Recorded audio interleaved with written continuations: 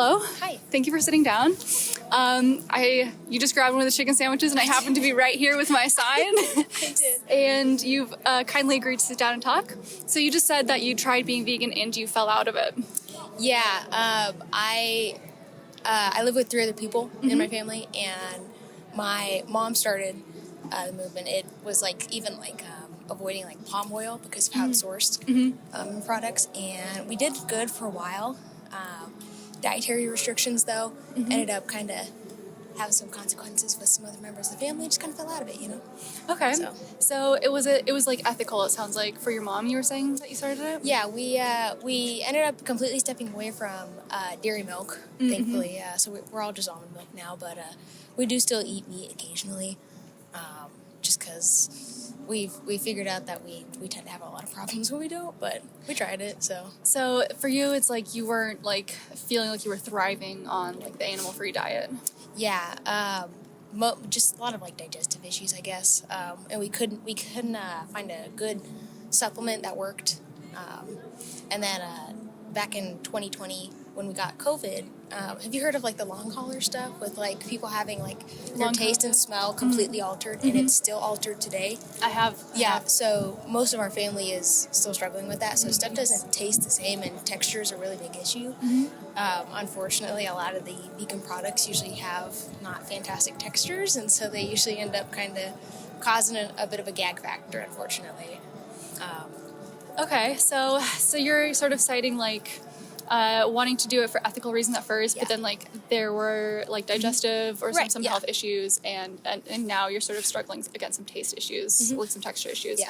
So what were sort of the ethical concerns?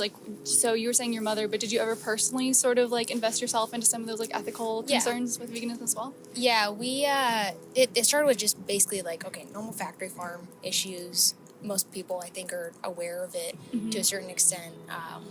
So just kind of doing what we can to try and, I guess, not contribute to that. A big deal was, like I said earlier, avoiding palm oil in products because of the sourcing with, it affects orangutans a lot and their habitat loss. So we tried to go meat-free for a bit, and, cheese is unfortunately really hard to supplement, we found out. Cheese is... So, is it the flavor that you're missing from it? Okay. Yeah. So the cheese has actually gotten a lot better as well, but the thing that is really the focus of veganism is the animals, right? And the fact that they are these victims of this really terrible use and exploitation. And so for me, when I first went vegan, the wind bad today, is I was well, the cheese is so much harder for the animal, what they go through in order for the cheese to be produced, than it is for me to avoid the cheese or to eat a slightly worse tasting or worse texture non-animal product than it is for the animal basically to be used to produce the cheese. Yeah. So how are you? Is it still coming up for you some of the the emotional issues with veganism? It does. I think every time I do eat a meal that involves an animal byproduct in some way, I do think about it. I think about the process of leading up to it, and so I have a really hard time with I will end up getting full before I finish the meal, but I don't want to waste anything, so I will end up eating more than I really should because I try and okay, I've been offered this remains, and so I don't want to waste it. So that's just kind of how I've been kind of coping with it, I guess. Is just doing my best to make sure that nothing's going to waste.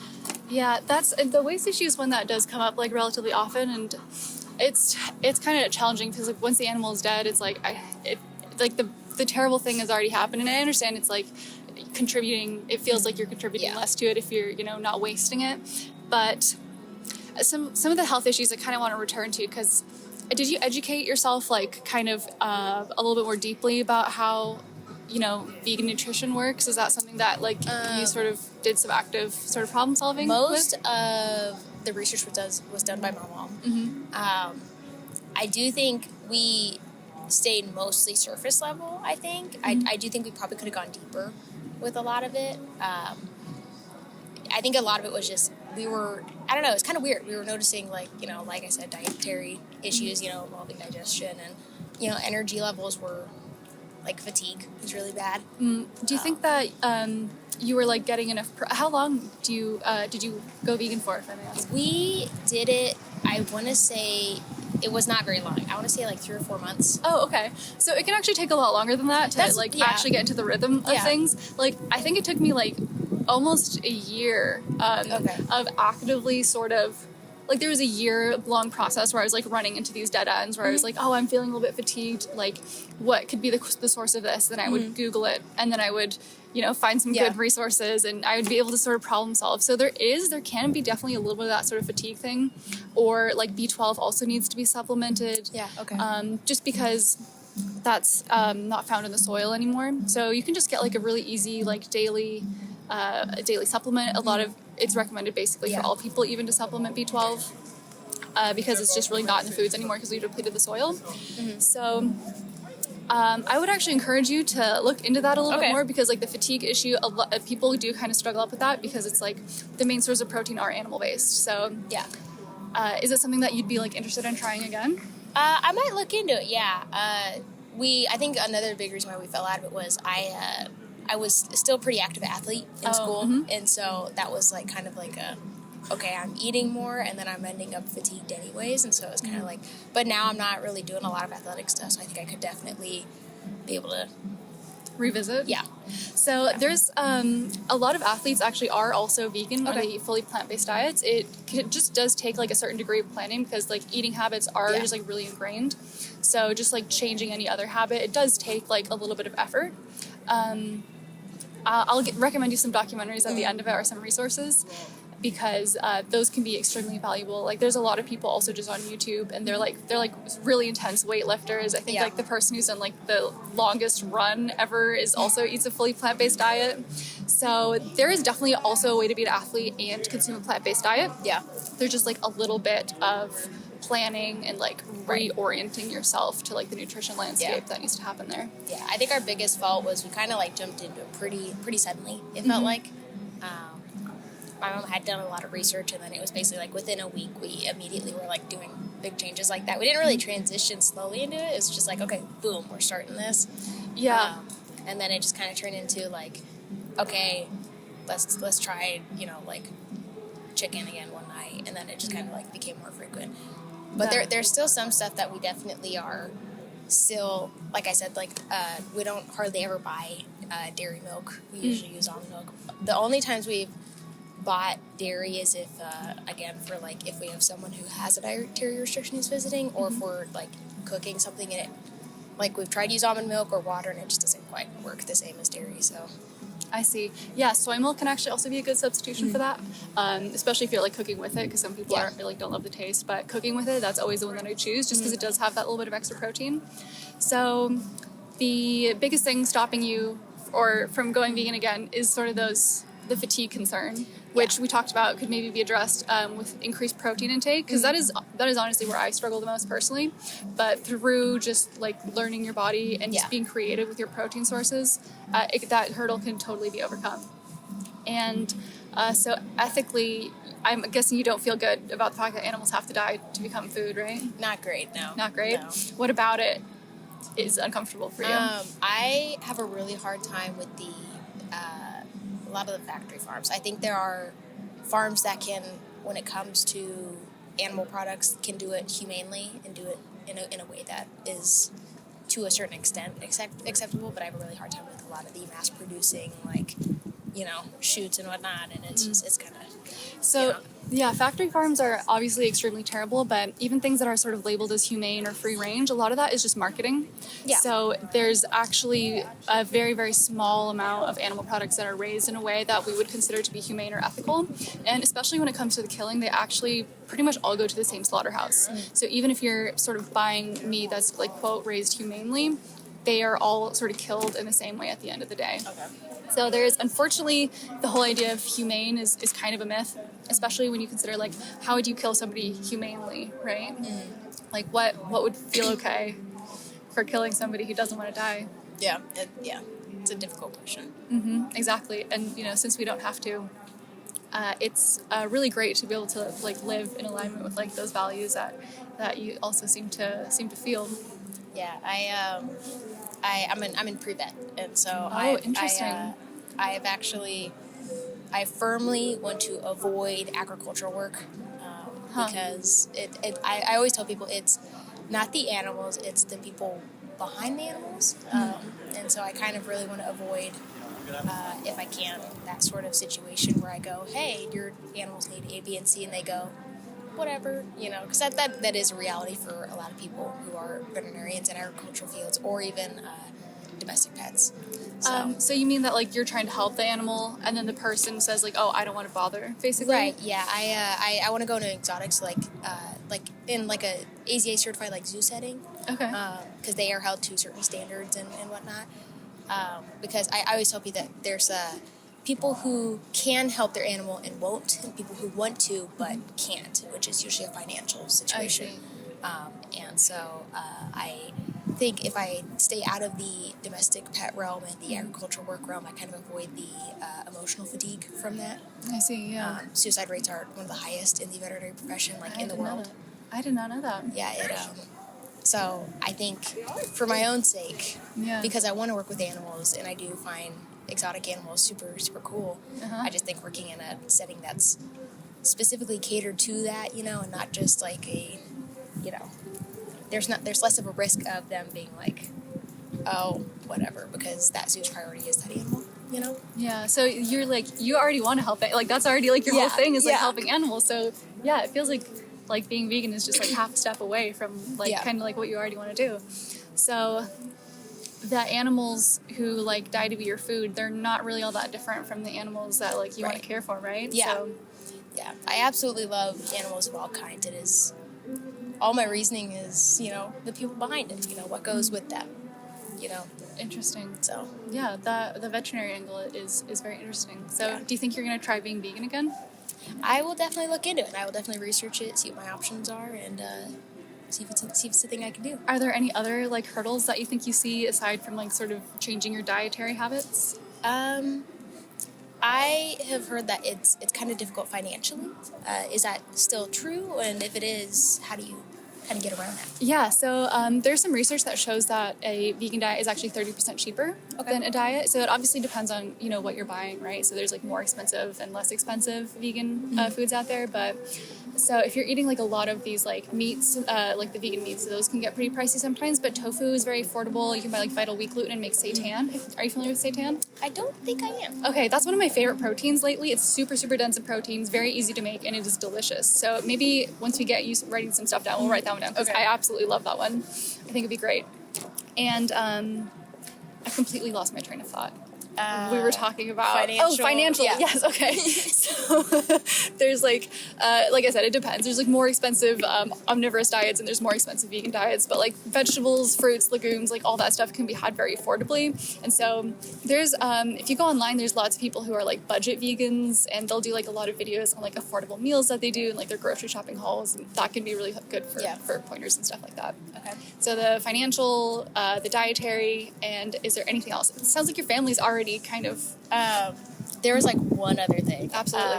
I had heard and maybe experienced possibly high like consuming of like soy related products. Is there any like, it seemed like there was almost like it affected like hormones in a way? Yeah, okay. Is that still true, or? That is not actually true. That is just a very pervasive myth. Okay. Yeah, so soy products, they actually contain something called phytoestrogens, which is basically a plant hormone that sort of mimics the shape of estrogen, but it doesn't actually impact human hormones. Okay. So that is purely something that affects plants. It is a very, very effective myth that's still going around. There was like one instance of a man who drank like so much soy milk. Like he drank a bathtub's worth of soy milk, and he had like some kind of side effect, right? And that's like that one thing. They've never been able to replicate it. So that's where that myth comes from. And there are people in Asia who consume a ton of soy, and they don't have any of those like quote like feminizing effects. Okay. Yeah. So that one is pretty safe to say at this point it is a myth. And there's people who eat tons of soy. They don't experience any of those hormonal interruptions. In fact, it's actually been shown that people who eat dairy actually do have like hormonal impact from that, because it is like a mammalian secretion, right? Yeah. And that those hormones can actually influence human hormones, whereas like the soy ones don't. So it's funny how like they flip the script. Okay. But yeah, if you do some research there, it can be like, people really like to push that because like meat, dairy, and eggs, like it's a huge industry and they really want you to buy their stuff. So because that was a concern of my family's, where at the time my sister was still pretty young, and so there was concern that like if we really pushed a lot of soy into the diet, where was that going to end up kind of kickstarting like puberty processes that she probably wasn't really needing to go through yet, you know, because she was still pretty young. But that was a concern, and so we kind of avoided really high concentrations of soy, but then we were still doing as much as we could with vegan stuff. Okay, yeah. I eat tofu every day, and hormonal, like, there's been, like, literally, I can't perceive anything at all, and it's deemed to be safe by tons of organizations. It shouldn't, you know, weigh on you too much. Okay. It's been considered, like I said, safe. Yeah, absolutely. And there's also plenty of non-soy sources of protein, so you can even like reduce the soy. Like there are people who are allergic to soy who are still vegan. Okay. So like I said, seitan doesn't have any soy in it, and so that is a really good way to get protein. Textured vegetable protein is another one that you can buy. It's kind of like crumbly. Okay. You can use it instead of like minced meat and stuff like that. But yeah, so we covered diet and financial, and then the soy. Anything else? You know, I think that was it. That was it? Do you want to write down a few of the things that we talked about? Yeah, sure. Awesome. Thank you so much for sitting down. Thank you for educating me. I've had these questions for years, basically, and I never found a chance to look into them. So. I'm so happy that we ran into each other today. Hello, and welcome to the reflection portion of this video, where I look back on the conversation that we just saw and note things I wish I would have done differently in an effort to improve my activism. I hope that in showing some of my less good conversations that I'm having as someone who is still learning how to do outreach will be a helpful learning experience not only for me, but also for people watching. So this is a conversation from my third or so day of doing outreach and second day of recording the conversations. For context, a few minutes before this conversation took place, some kind of religious campus group had set up a free chicken sandwiches cart like 30 feet away from where I was standing with my "You should be vegan and come talk to me" sign. Several people walked by and were pretty obviously uncomfortable with the sign, so I started playfully interacting with people, asking if they wanted to come talk to me about the chicken in their sandwich. I was absolutely not expecting anyone to stop under these circumstances, like with a chicken sandwich in their hand that they were clearly intending to eat, but this person actually did. I felt that she approached with an openness that I found immediately made me much more nervous for the conversation than for the other ones I'd had previously. I felt as though someone who was willing to stop under these circumstances with the openness that she was presenting with was somebody who was actually curious and was going to interact in good faith, and therefore the interaction felt a lot more delicate to me than previous ones had. Honestly, I did not feel equipped to handle this situation, and I kind of defaulted to like a fawn state in which I was kind of going easier on her because I didn't want to like scare her off, for lack of a better word. As a result, I found that I didn't really drive home the ethics in the way that I wish I would have. I really did not focus on getting her to view things from the victim's perspective, which I really regret, unfortunately. For example, when she mentioned not wanting, quote, the remains she had been offered to go to waste, I very strangely just bailed halfway through my sentence. Watching it back, I wish I had just finished that sentence with something like, you know, it makes no difference to the animal if you finish the food or not. I know that if I'd been exploited and killed, I personally wouldn't want anyone benefiting from that, and knowing that no part of my body, quote, went to waste really would not make me feel better about the exploitation that I had endured. In addition to this strange choice to just fully bail my sentence halfway through, I also noticed that I did quite a bit of rambling again, especially during the part of the conversation where we started talking about nutrition. I definitely went too deep into random anecdotes, whereas I should have just debunked the concern or answered the question as simply as possible. And then maybe like offered her some resources afterwards. Going forward, I intend to just say the answer, stop, and then let the conversation go on from there. I definitely did it out of nerves and a desire to avoid awkward silences because I think I felt like a responsibility to keep the conversation going. and I think over time I've gotten a bit better at not doing this, which we will find out as I go through the footage of more recent attempts. Additionally, I wish I'd pointed out the word offered in that sentence that I mentioned earlier, because I think that word is too benign, and I think it would have been beneficial to point out that animal products are actually forcibly taken from exploited individuals, and they're definitely not offered by the animals. I know that that's probably not exactly how she meant it in this context, but I do think it would have been a good opportunity to highlight the fact that these products do come from somebody and don't just appear. As I mentioned earlier, my biggest regret is not bringing the conversation around to the victims nearly as much as I should have. This is especially notable when it comes to the nutrition section of the conversation. While I think it's good to address her concerns, I really should have at one point emphasized that any of these nutrition problems are ours to deal with and not an animal's problem in any way. Any nutritional struggles can, in the vast majority of cases, be solved without animal use and exploitation. Convenience is not more important than the animal's right to not be used or exploited. I also think there was a lot to be expanded on with her being a pre-vet student, but I was honestly scared to go there in the moment. I was worried about the conversation turning sour if I accidentally said something implying she was a hypocrite. I would have been curious what motivated her to seek a career in helping animals and then connect that back to veganism.